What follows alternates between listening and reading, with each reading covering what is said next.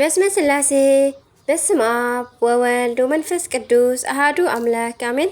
ሰላም እግዚአብሔር አምላክ ምስኩላትኩም ይኹን። ሰድራ እግዚአብሔር አምላክ ከመይ ውዕልኩም? አነ እግዚአብሔር ይመስገን። ክብሪ ይስፋሕ መድኃኔዓለም አቦይ ከምቲ ኣነ ጽቡቕ ዝውዓልኩ ድማ ጽቡቕ ውዕልኩም ክትኮኑ ናይ ኩሉ ግዜ ተስፋይን ትምኒተይን እዩ። አሜን። ስንክሳር ዘወርሃ መጋቢት ዕለት 19 ስንክሳር ድሰምዕ ዘንብብ ፍቅር ጎይታ ኣብ ልቡ ይዕንብብ ሓለዋን ጸሎትን ተረዳእነትን ናይ ቅዱሳን ድማ ይረክብ። ዝክረ ጻድቅ ለዓለም ይሄሉ ዝኽሪ ናይ ጻድቅ ንዓለም ይዝነብር። ካብ ኩሉ ክፉእ ዘበለ ክትድሕኑ ንቅዱሳን ተማሕፀኑ አሜን። በስመ አብ ወወልድ ወመንፈስ ቅዱስ አሃዱ አምላክ አሜን። ወላዲት አምላክ ቅድስት ኪዳነ ምሕረት አዴ ልሳን አንደበት ኮነኒ አሜን።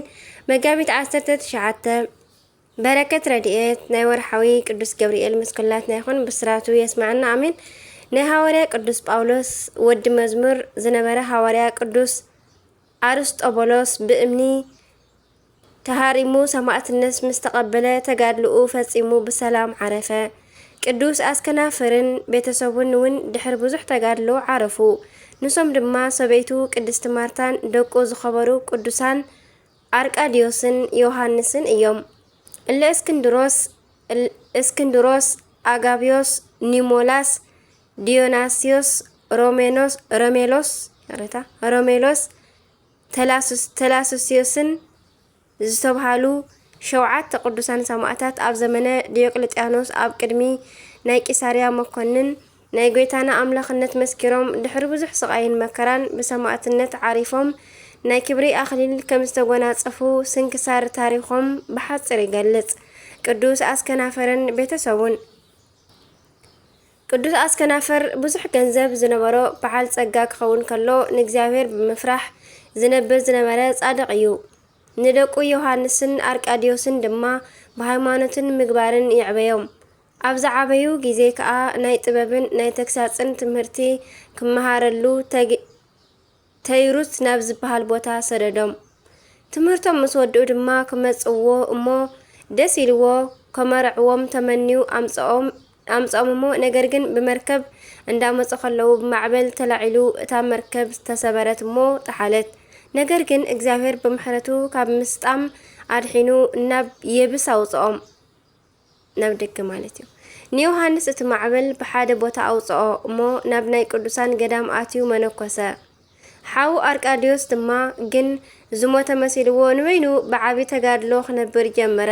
ነገር ግን አርቃዲዮስ እውን ድሓን ኮይኑ ብኻልእ ቦታ ኣብ ዮርዳኖስ ገዳም ኣትዩ ምንኩስና ብምቕባል ብዓቢ ተጋድሎ 3 ዓመት ነበረ። አስከናፍር ድማ ደቁ ብማዕበል ከም ዝተጠሙ ኣብ ሰምዐ ግዜ ምስ ሰበይቱ ማቕ ለቢሶም 1 ዓመት አንጺፎም እንዳኣልቀሱ ተቐመጡ።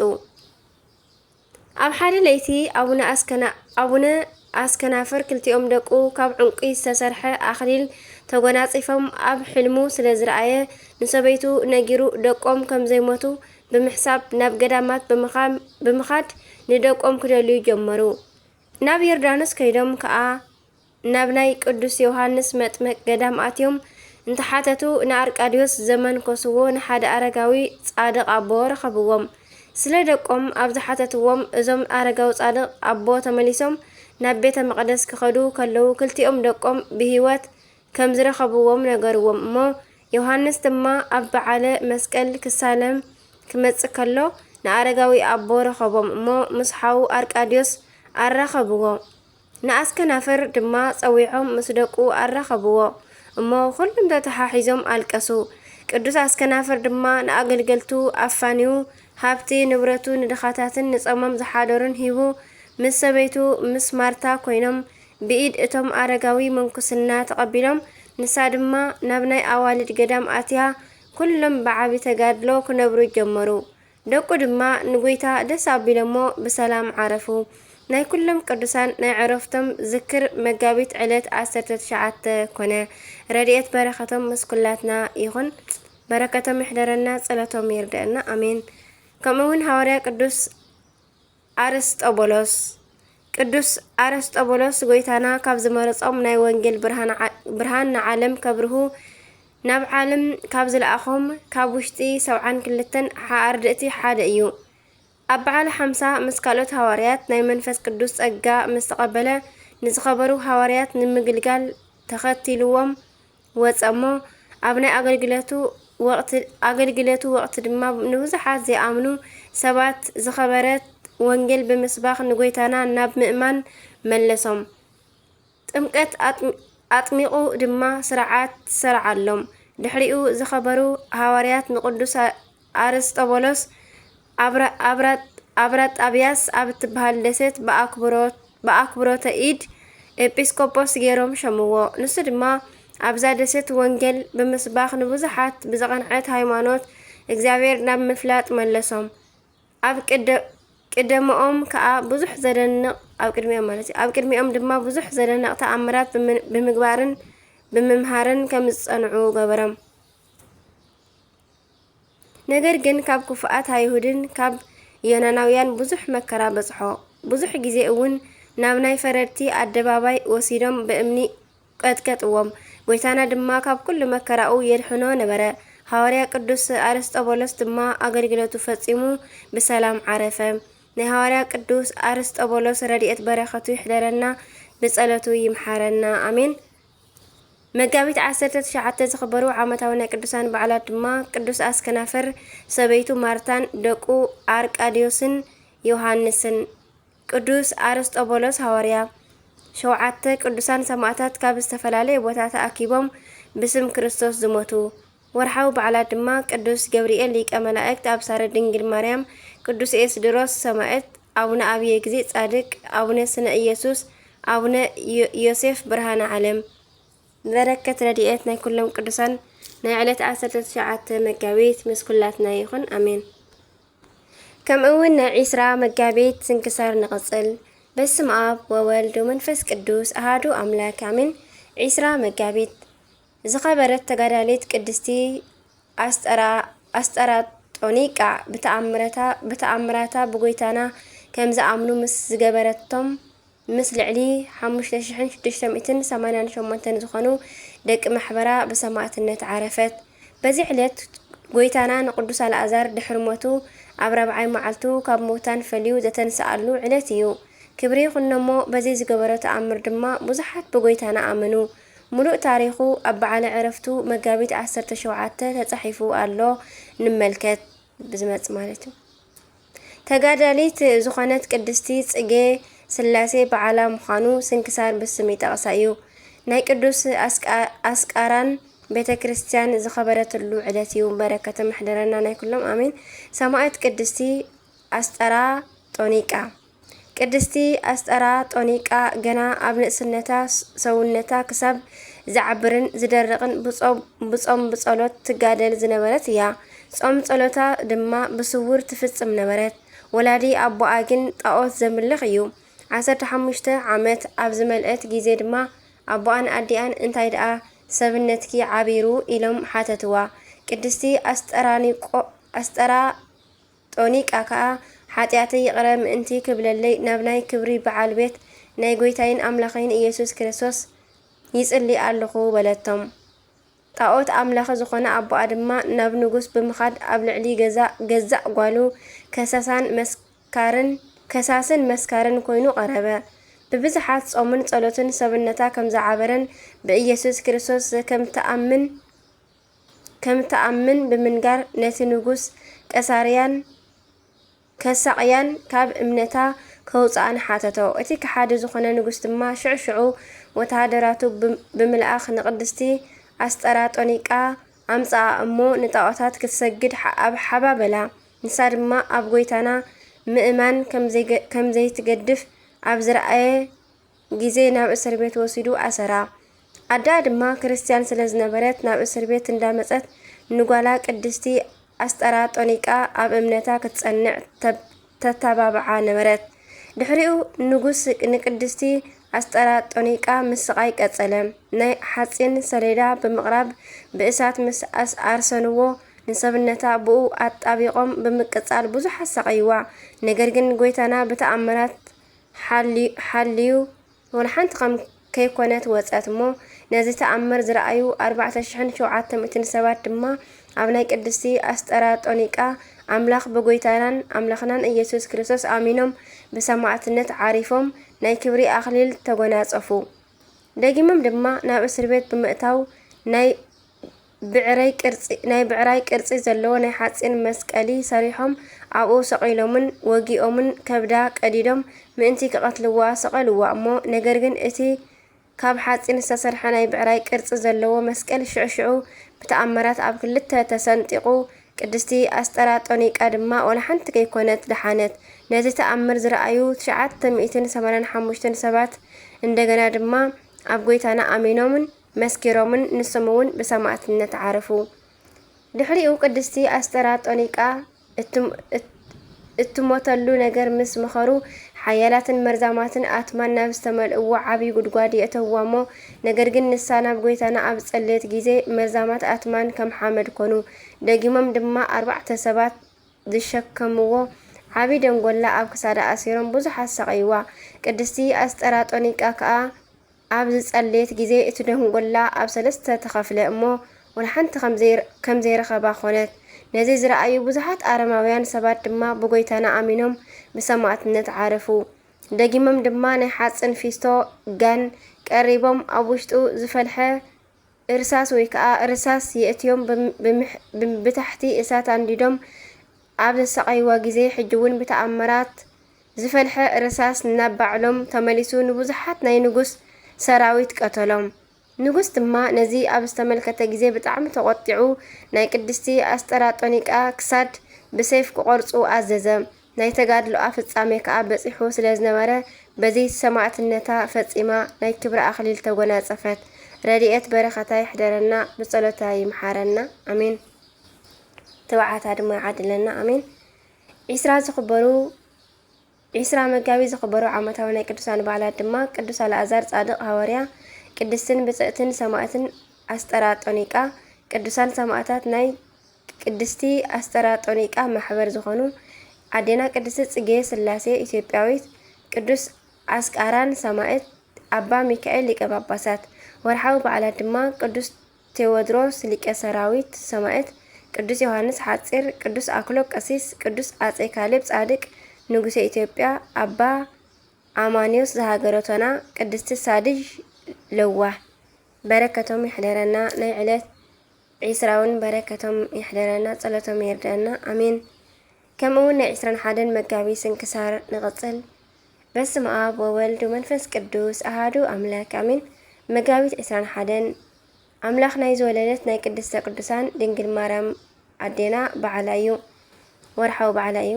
ጎይታና ኣብ ናይ ማርያምን ማርታን ቤት ተረኺቡ ንዝቐረባሉ መኣዲ ዝተመገበሉ ዕለት እዩ። ማርያም እንተ ህፍረት ብንስሓ ዝተመለሰትሉን ንጎይታና ጨና ዝቐብአትሉን በዚ ዕለት እዩ። በዚ ዕለት ጎይታና ካብ ሞት ምስ ኣተንስኦ ንቅዱስ አልዓዛር ክቐትልዎ በዚ ዕለት ሊቃነ ካህናት ተመኸሩ። እቲ ምኽንያት ድማ ጎይታና ኣብ ልዕሊኡ ብዝገበሮ ዓብይ ተኣምር ብዙሓት ብስሙ ስለ ዝኣመኑ እዩ። ኣቡነ ሊባኖስ ዘመጣዕ እውን ብኢድ ኣባ ጳኩሚስ ምንኩስና ዝተቐበለሉ ዕለት እዩ። ናይ ወዲ ማቱሳላህ ናይ ላሜህ በዓል እዩ። ንሱ ድማ 182 ዓመት ድሕሪ ምንባሩ ንጻድቕ ኖህ ወለዶ። ንኣቦና ኖህ ምስ ወለዶ ድማ 565 ዓመት ነበረ። ብድምር 747 ዓመት ብህይወት ነቢሩ ንእግዚአብሔር ኣገልጊሉ ብሰላም ዓረፈ። በረከቱ ይሕደረና ኣሜን። ሐዋርያ ቅዱስ አልዓዛር።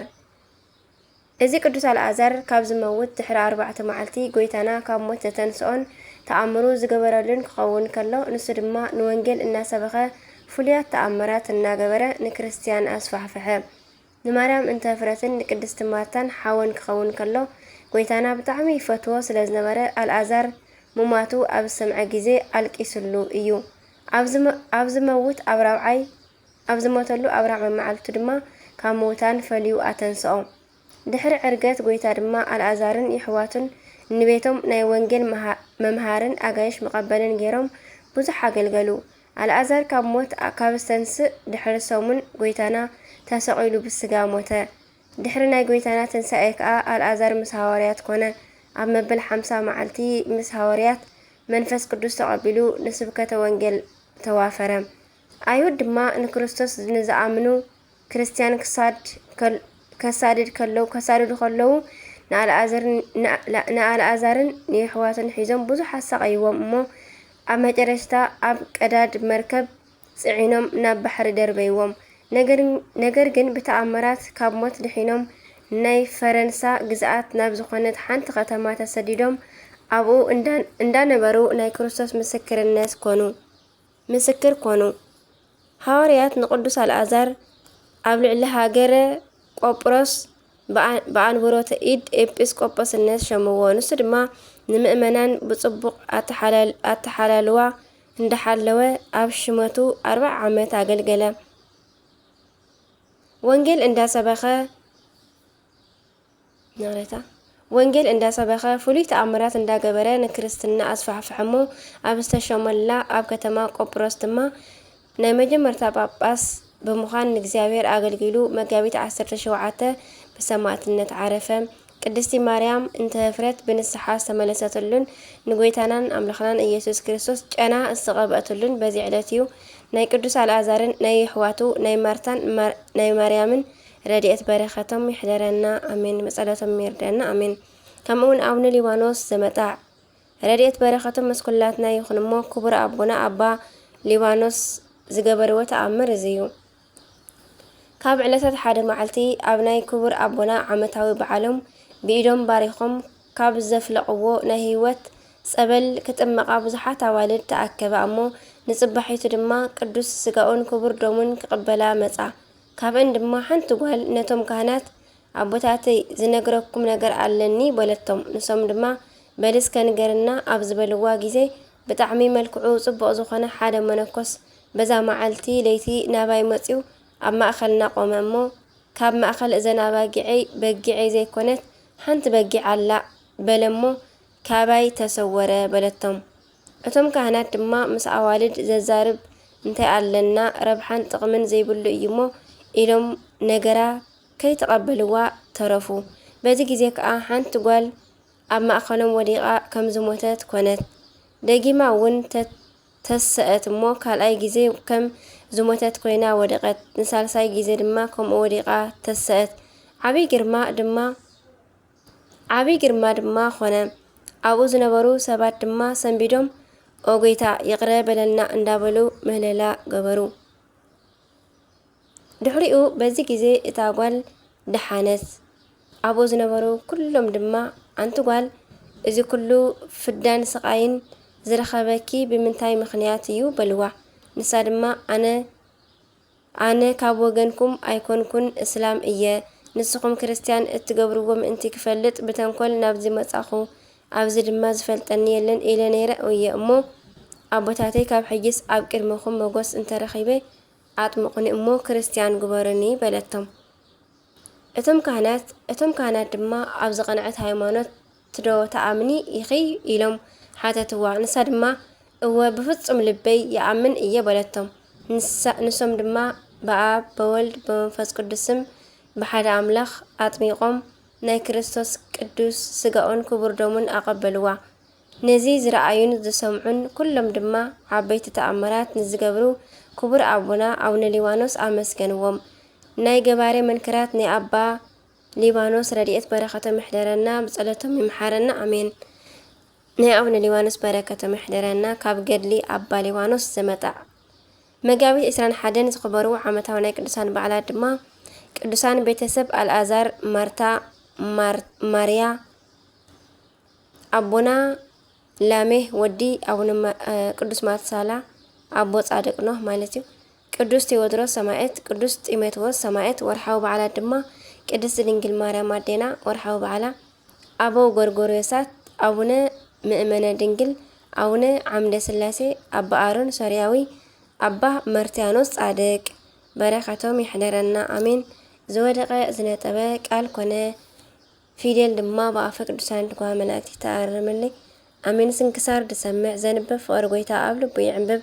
ሓለዋን ጸሎትን ተረዳእነትን ናይ ቅዱሳን ድማ ይረክብ።